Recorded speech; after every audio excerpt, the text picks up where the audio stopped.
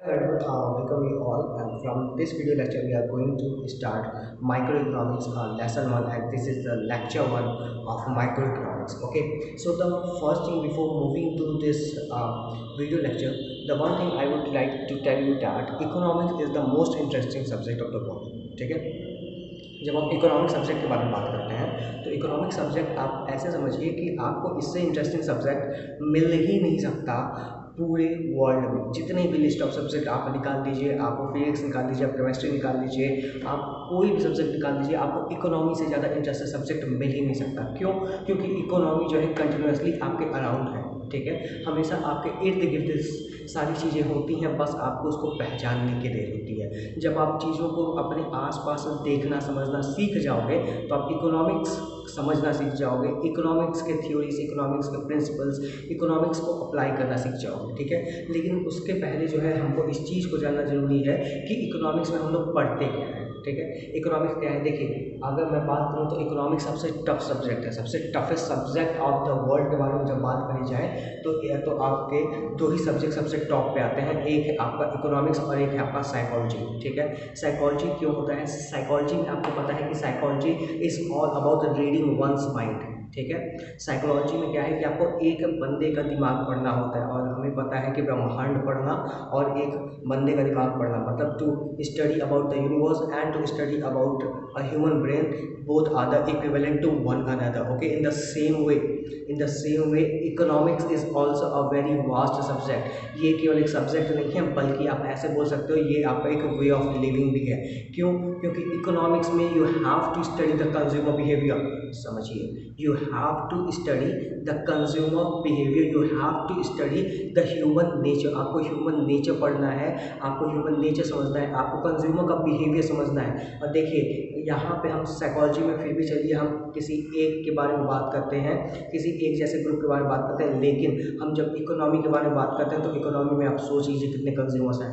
तो आपको उन सभी के माइंड को रीड करना है, उन सभी के मतलब उनका क्या वर्क आगे होगा, उनकी क्या सोच आगे होगी, आपको उस पर फोकस करना है, आपको इधर देखना है। तो आप सब भूल जाइए, आपको इतना याद रखिए कि इकोनॉमिक्स में आपको क्या करना है, आपको कंज्यूमर, प्रोड्यूसर, उनके माइंड पे फोकस करना है कि अगर कोई प्रोड्यूसर होगा तो वो क्या सोच रहा होगा, और अगर कोई कंज्यूमर होगा तो कंज्यूमर क्या सोच रहा होगा। अगर आपने इस पे अपना कॉन्सेप्ट बिल्ड कर लिया कि what producer is thinking, what consumer is thinking, economics is a very easy subject. फिर आपको इकोनॉमिक्स पढ़ने में मज़ा आएगा। ठीक है, और मैं लिटरली बता रहा हूँ, इकोनॉमिक्स से इंटरेस्टिंग सब्जेक्ट आपको मिल ही नहीं सकता अगर आप इसमें डूब जाओ तो। अगर आप इसको समझने लगो तो आपको इससे इंटरेस्टिंग सब्जेक्ट नहीं मिल सकता।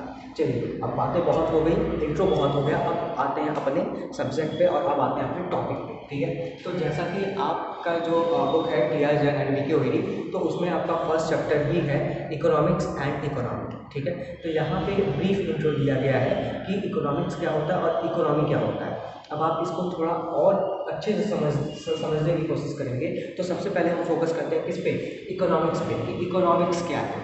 ठीक है, इकोनॉमिक्स बेसिकली जब आप क्लास 11 में कॉमर्स स्ट्रीम चूज़ करते हो तो आपके लिए ये बिल्कुल वाइट सीट ऑफ पेपर होता है। ठीक है, वाइट सीट ऑफ पेपर मतलब क्या कि आप इसके बारे में बिल्कुल अनजान होते हो। क्लास 10 में आपने थोड़ा बहुत समझा है कि इकोनॉमी जो है वो मार्केट होती है, सेलर होता है, प्रोड्यूसर होता है, ठीक है, कस्टमर होता है, बायर, ये आपने समझा था, वो आपकी जनरल थिंकिंग थी।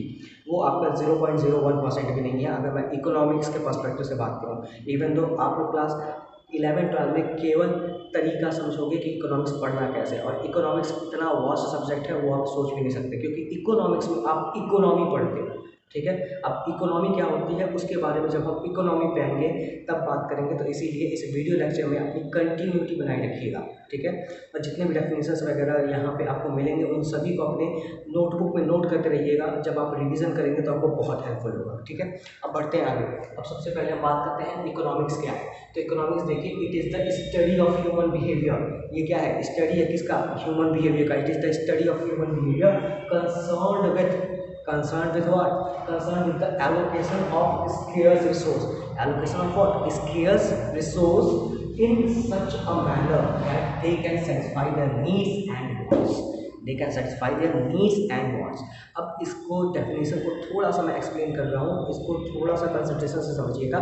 इकोनॉमिक्स एक ऐसा सब्जेक्ट है, इकोनॉमिक्स क्या है, इकोनॉमिक्स एक ऐसा सब्जेक्ट है कि जिसमें आप क्या करते हो, ह्यूमन बिहेवियर को पढ़ते हो। मैंने पहले कहा है आपको कि इकोनॉमिक्स में आपको क्या करना है, लोगों का माइंड रीड करना है, ठीक है, कंज्यूमर का माइंड रीड करना है, प्रोड्यूसर का माइंड रीड करना है। तो ये तो उसी तरीके से समझिए, यहाँ पे आपको क्या करना है, ह्यूमन बिहेवियर को रीड करना है कि ह्यूमन बिहेवियर कैसे रेस्पॉन्स करता है, कैसे बिहेव करता है, जो भी रिसोर्स उसके पास पड़े हुए हैं उस रिसोर्स को यूज़ करके वो कैसे अपनी नीड और वांट को सेटिस्फाई करता है। जब हम इसके बारे में स्टडी करेंगे, so this is known as economics. Okay, अब यहाँ पे जब मैं बात कर रहा हूँ स्केयर्स मीन्स ऑफ रिसोर्स या फिर स्केयर्स रिसोर्स, तो यहाँ पे क्वेश्चन अराइज होता है व्हाट इज स्केयर्स और व्हाट इज स्कार्सिटी। ठीक है, अब मैं बात करूँगा कि स्कार्सिटी क्या है। यहाँ पे आप डेफिनेशन से बस इतना अपने माइंड में रखिएगा कि इकोनॉमिक्स में हम लोग क्या करते हैं, हम लोग ह्यूमन बिहेवियर को स्टडी करते हैं कि किस तरीके से कोई भी व्यक्ति अपनी ज़रूरतों को कैसे पूरा करता है जो भी उसके पास रिसोर्स अवेलेबल हैं। ठीक है, जैसे आप एक मॉडर्न टर्म इसका समझ लीजिए कि आप जो है अपने वेल्थ को कैसे यूटिलाइज करते हो अपने नीड एंड वांट को पूरा करने के लिए। आप अपने कैसे मतलब जो भी आपके पास धन संपत्ति है उसको आप कैसे यूज़ करते हो अपनी नीड एंड वांट को सेटिस्फाई करने के लिए, this is known as economics. ठीक है, देखिए आपकी फैमिली की इनकम जो भी है, ठीक है, मैं सपोज कर रहा हूँ कि जैसे मेरी फैमिली की इनकम मैं सपोज कर रहा हूँ मेरी फैमिली की इनकम जो है मंथली 30,000 रुपीज़ पर मंथ है। ठीक है, तो अगर 30,000 रुपीज़ पर मंथ मेरी फैमिली की इनकम है तो मैं कुछ भी जो भी मेरी नीड होगी, जो भी मेरा वांट होगा उसको मैं किस में मैनेज करूँगा, इस 30,000 में ही तो मैनेज करूँगा।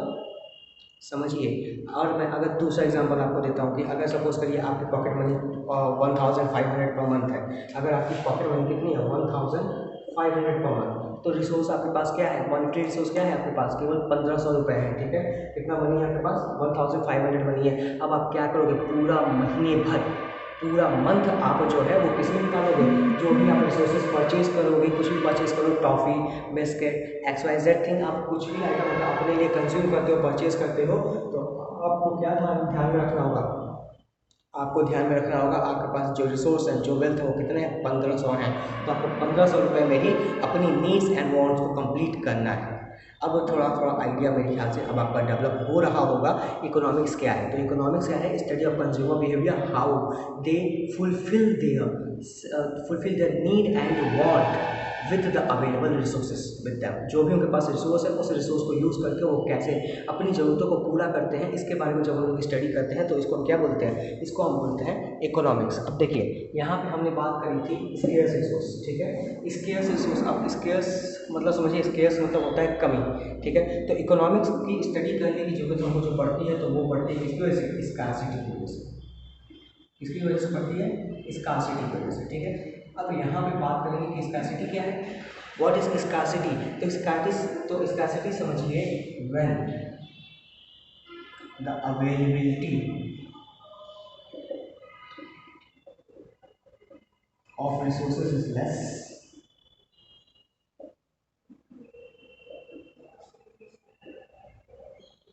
and demand is more।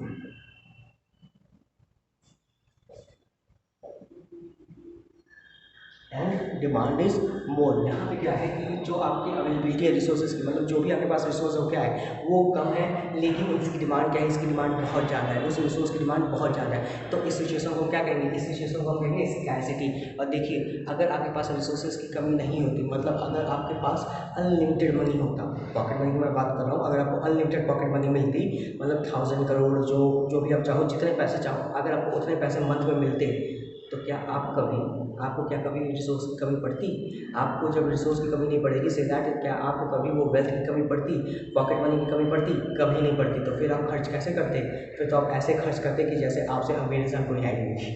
ठीक है, तो यहाँ पे समझिए स्कैसिटी का मतलब यही है कि when the availability of resource, मतलब जो भी रिसोर्स अवेलेबल है वो कम है, किससे, आपके डिमांड से। जैसे अगर सपोज है आपने सोचा कि मेरा बर्थडे है इस मंथ, तो कम से कम अब मतलब अगर मैं अपने फ्रेंड्स को ट्रीट दूँ तो मेरे 2,000 रुपीज़ जाएंगे ही जाएंगे, लेकिन आपके पास आपकी पॉकेट मनी कितनी है, केवल 1,500 रुपये, तो 500 रुपये तक की तो कमी पड़ गई। तो यही जो स्कैसिटी, और देखिए अब यहाँ पर क्या है कि हमको रिसोर्सेज में मैनेज करना है, मेरी डिमांड कितने की है, 2,000 की, लेकिन पैसे मेरे पास कितने हैं 1500, तो मैं यहाँ पे कैसे जो है ये 1500 और 2000 के बीच में अपनी नीड को, अपनी वांट को पूरा करूँगा, यही आपका इकोनॉमिक्स है। ठीक है, और यहाँ पे स्कैसिटी समझिए, स्कैसिटी का मतलब क्या होता है कि जब आपका रिसोर्सेज कम है, जब आपके रिसोर्सेज कम है किससे, आपकी डिमांड से, तो इस सिचुएशन को हम क्या कहते हैं, इस सिचुएशन को हम कहते हैं स्कैसिटी। ठीक है, अभी देखिए, अब स्कैसिटी की वजह से कौन सी प्रॉब्लम अराइज होती है, because of scarcity one major problem arises which each and every economy, which each and every person, I must say, which each and every person has to face, and that is known as problem of choice. That is known as what? Problem of choice. कौन सी problem लोग face करते हैं, choice की। कौन सी problem लोग face करते हैं, choice की प्रॉब्लम लोग फेस करते हैं।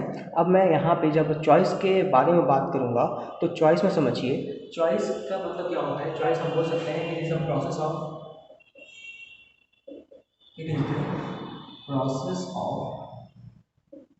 selection. It is a process of selection in available resource.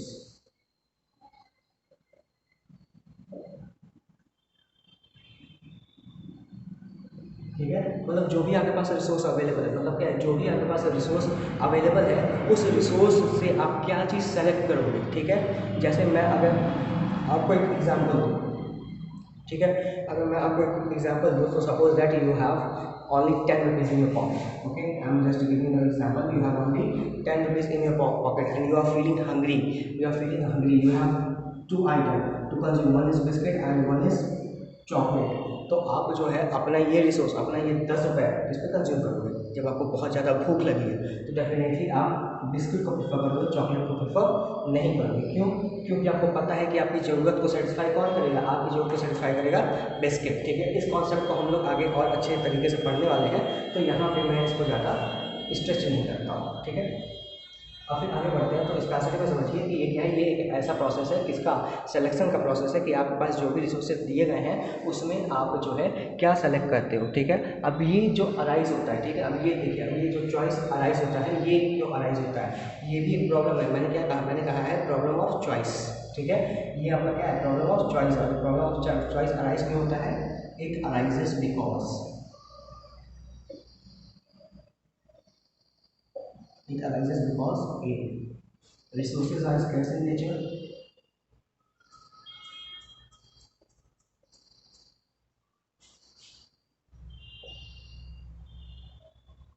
जो भी आपके पास रिसोर्स है क्या है, वो स्केर्स इन नेचर है, मतलब रिसोर्सेज की कमी है नेचर में। और दूसरा है आपके पास रिसोर्सेज है स्केर्स इन नेचर के बाद आप समझिए कि जो आपका सेकंड पॉइंट है वो है रिसोर्सेज हैव अल्टरनेटिव यूजेस।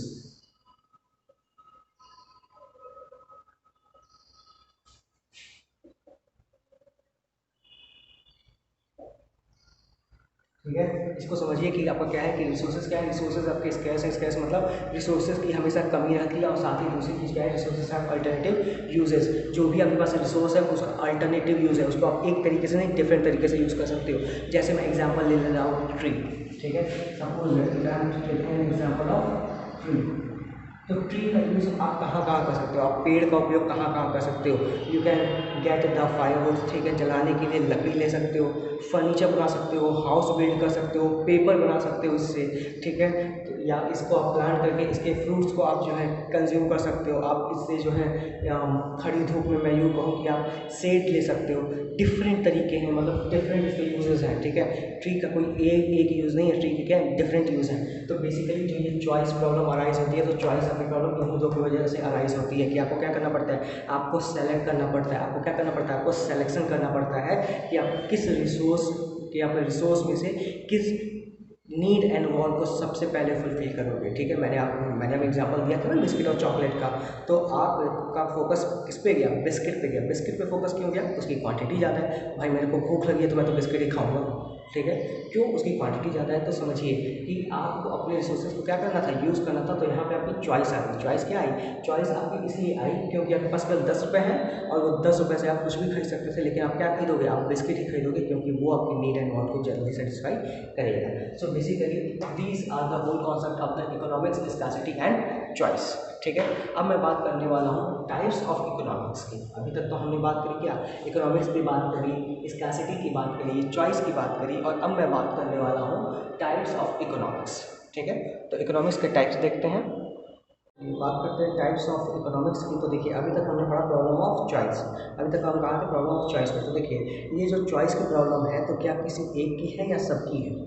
अगर मैं देखूं तो किसी एक की भी है, और अगर मैं देखूं तो सबकी भी है। मतलब हमारे इंडिया में रहने वाले हर एक व्यक्ति की है।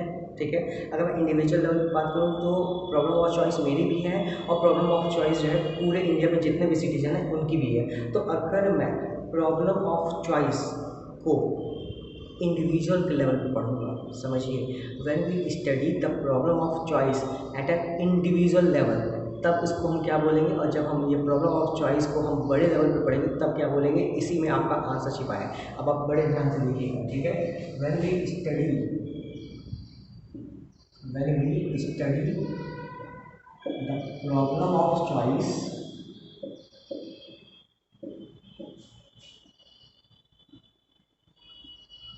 at an individual level, at an individual level, ठीक है। say that say that I, या फिर मैं ले सकता हूँ say that one person, one company, ठीक है, one market, one community,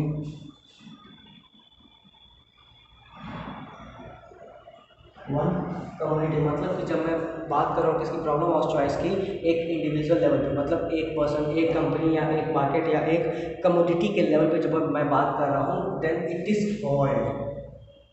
it is called micro economics.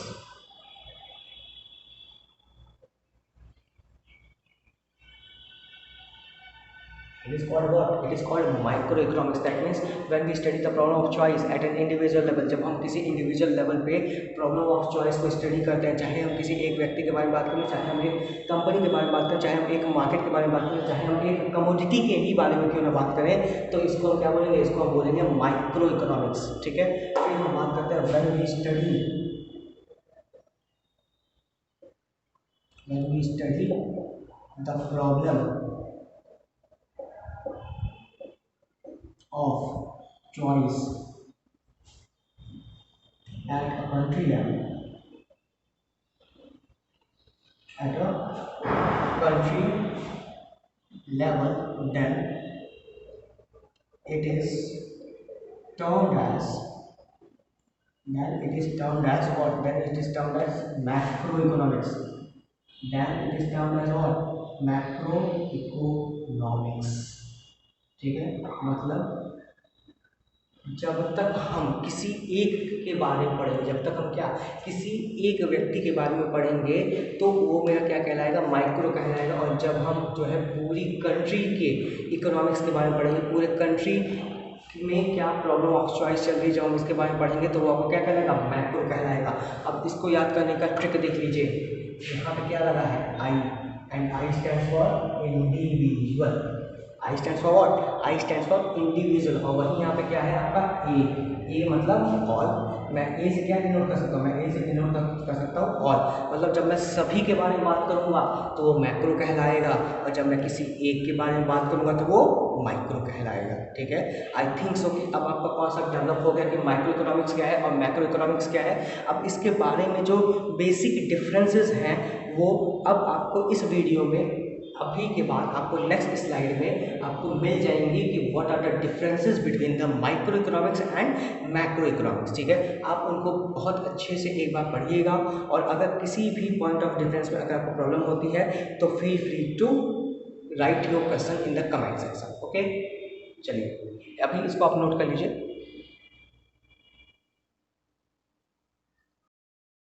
Here you can easily find the differences between microeconomics and macroeconomics.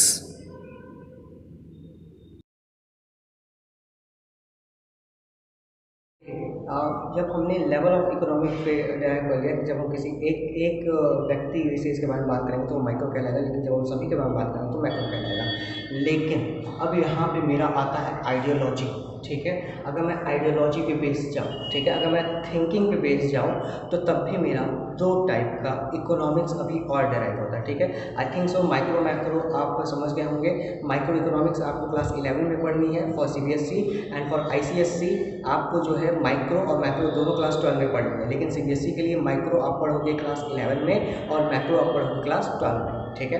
फिर चलिए अब मैं बात करता हूँ कि जब मैं इकोनॉमिक्स के बारे में बात कर रहा हूँ, तो तब मैं जब आइडियोलॉजी के बारे में बात करूँगा, जब मैं फैक्ट्स एंड फिगर्स और ओपिनियन के बारे में बात करूँगा। देखिए, इकोनॉमिक्स को दो और तरीके से डिराइव किया जा सकता है। एक आपका बेसिस होता है फैक्ट्स एंड फिगर्स, और एक आपका बेसिस होता है ओपिनियन, ठीक है, कि लोग क्या सोचते हैं। तो देखिए, जब भी हम इकोनॉमिक्स को के बारे में बात करेंगे, whenever we talk economics with the help of facts and figures, ठीक है, जब भी हम फैक्ट्स एंड फिगर्स के बारे में बात करेंगे,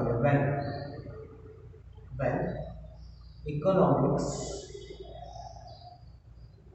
deals with the past, present or future records और फ्यूचर एस्टिमेटेड रिकॉर्ड्स, ठीक है, ये फ्यूचर नहीं है, ये मेरा एस्टिमेटेड है, ठीक है, एस्टिमेटेड रिकॉर्ड्स, ठीक है। हम फ्यूचर को एस्टिमेट कर सकते हैं, हम इसको जो है तुरंत बता नहीं सकते हैं कि ये होगा, लेकिन फिर भी हम फ्यूचर में एस्टिमेट कर सकते हैं, हाँ इतना मेरा हो सकता है, ठीक है। Even economics deals with the past, present और future estimated records with facts and figures with complete facts and figures, with complete facts and figures, then it is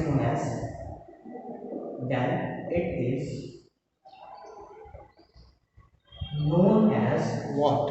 It is known as positive economics. It is known as positive economics.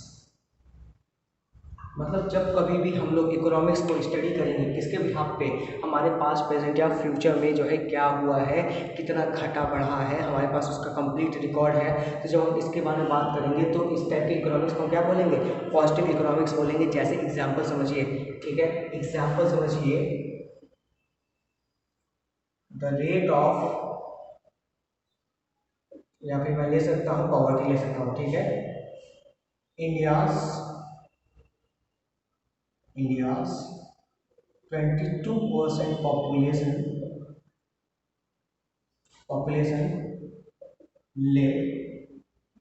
lives below below poverty line। मतलब भारत की 22% जनसंख्या जो है, ठीक है, वो आज भी बिलो पॉवर्टी लाइन के अंदर जो है अपना जीवन व्यतीत कर रही है, अपना जीवन यापन कर रही है। तो यहाँ पे मेरे पास फैक्ट्स एंड फिगर्स हैं कि कितने पॉपुलेशन है, 22% है। तो इसको मैं क्या बोलूँगा, देखिए, जब भी हम फैक्ट्स एंड फिगर्स से रिलेटेड इकोनॉमिक्स के बारे में बात करेंगे तो उसको हम क्या बोलेंगे, इसको हम बोलेंगे पॉजिटिव इकोनॉमिक्स। लेकिन व्हेन इकोनॉमिक्स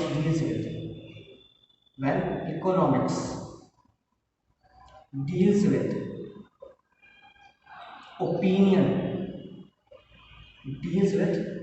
ओपिनियन, ठीक है, हम यहाँ पे ओपिनियन देते हैं, हम यहाँ पे मॉरल वैल्यूज को कंसिडर करते हैं, ओपिनियन मॉरल वैल्यूज, ठीक है, then it is known what, it is known as normative economics. तो हम क्या बोलेंगे, तो हम इसको बोलेंगे नॉर्मेटिव इकोनॉमिक्स। तो हम इसको क्या बोलेंगे, नॉर्मेटिव इकोनॉमिक्स। चलिए मैं यहाँ पे लिख देता हूँ, यहाँ पे ज़्यादा आपको समझ आएगा, नॉर्मेटिव इकोनॉमिक्स, ठीक है। मतलब जब कभी हम ओपिनियन के बारे में बात करेंगे कि इकोनॉमिक्स में क्या होना चाहिए, ठीक है, कैसे होना चाहिए, जब हम ओपिनियन देंगे अपना, जब हम जो है अपना पॉइंट ऑफ व्यू देंगे, ठीक है, अपना थिंकिंग बताएंगे, अपने आइडियाज़ को रखेंगे, जब हम उसके पे बात करेंगे तो इस टाइप की इकोनॉमी को क्या कहेंगे, इस टाइप के इकोनॉमी को हम कहेंगे नॉर्मेटिव इकोनॉमिक्स। यहाँ पे क्लियर आपको दिखाई दे रहा है क्या, नॉर्म मतलब कि क्या होना चाहिए। अब यहाँ पर समझिए, इसको याद रखने का एक बहुत ही सरल तरीका है कि पॉजिटिव इकोनॉमिक्स आपको क्या बताता है, what is to be, what is and what was, ठीक है, व्हाट इज और व्हाट वाज टू बी, ठीक है, कि क्या है और क्या था। जब इसके बारे में हम बात करते हैं तो मेरा क्या आता है यहाँ पे, पॉजिटिव इकोनॉमिक्स आता है, ठीक है। लेकिन जब हम नॉर्मेटिव के बारे में बात करते हैं तो ये मेरा बात करता है कि ये बताता है what ought to be, what ought to be मतलब क्या होना चाहिए। जैसे एग्जाम्पल समझिए, मैं पॉजिटिव इकोनॉमिक्स में बात कर रहा हूँ कि जितने लोगों के पास स्किल है, जितने लोगों के पास क्या है, स्किल है, नॉलेज है, उनके पास जॉब होनी चाहिए। तो मैं तो जनरल थिंग की बात कर रहा हूँ कि भाई अगर किसी इकोनॉमी में 1000 लोग हैं, किसी इकोनॉमी में क्या है 1000 लोग हैं और उनमें 800 लोगों के पास स्किल है, नॉलेज है, वर्क एक्सपीरियंस है। चलिए मैं स्किल नॉलेज ही ले लेता हूँ क्योंकि वर्क एक्सपीरियंस फ्रेशर के पास नहीं होगा। तो समझिए कि अगर 1000 लोगों में से 800 लोगों के पास स्किल है, नॉलेज है, तो क्या वो लोग वर्क करेंगे या नहीं करेंगे? डेफिनेटली वर्क करेंगे। So the person who are having skill and knowledge they can work और दे मस्ट हैव एम्प्लॉयमेंट, मतलब उनके पास एम्प्लॉयमेंट होना चाहिए। सीधी सी बात है, मेरे पास फैक्ट्स एंड फिगर्स है, उनके पास एम्प्लॉयमेंट होना चाहिए, उनके पास जॉब होना चाहिए। क्यों? उनके पास स्किल है, उनके पास नॉलेज है। लेकिन नॉर्मेटिव मेरा क्या बोलेगा, इकोनॉमी में जितने भी लोग हैं, इकोनॉमी में क्या जितने भी लोग हैं मतलब 1000 के 1000 लोग हैं, उन सभी के पास जॉब होना चाहिए। क्या ऐसा पॉसिबल है कि जितने लोग इकोनॉमी में हैं सबके पास जॉब है, भले ही वो पढ़ा लिखा ना हो, भले ही उसके पास किसी तरीके का कोई स्किल ना हो? क्या ऐसा पॉसिबल है? ऐसा डेफिनेटली पॉसिबल नहीं है। तो इसीलिए डिफरेंस समझिए कि हम लोग पॉजिटिव में बात करते हैं फैक्ट्स एंड फिगर्स, ठीक है, the matter related with the facts and figures, और हम लोग नॉर्मेटिव में बात करते हैं opinion, moral values, thinking, ideology के बारे में, ठीक है। So I am stopping this video here and in next video I will explain each and everything about the economy which is given in your book. Okay, so I hope so that with this video lecture your concept is clear. Okay, and if not then please raise your questions as soon as possible. Okay, so thanks for looking this video lecture up to this much. Okay, so stay home, stay safe. See you. Thank you. Here you can clearly find the differences between positive economics and normative economics. Please go through it carefully. Thank you.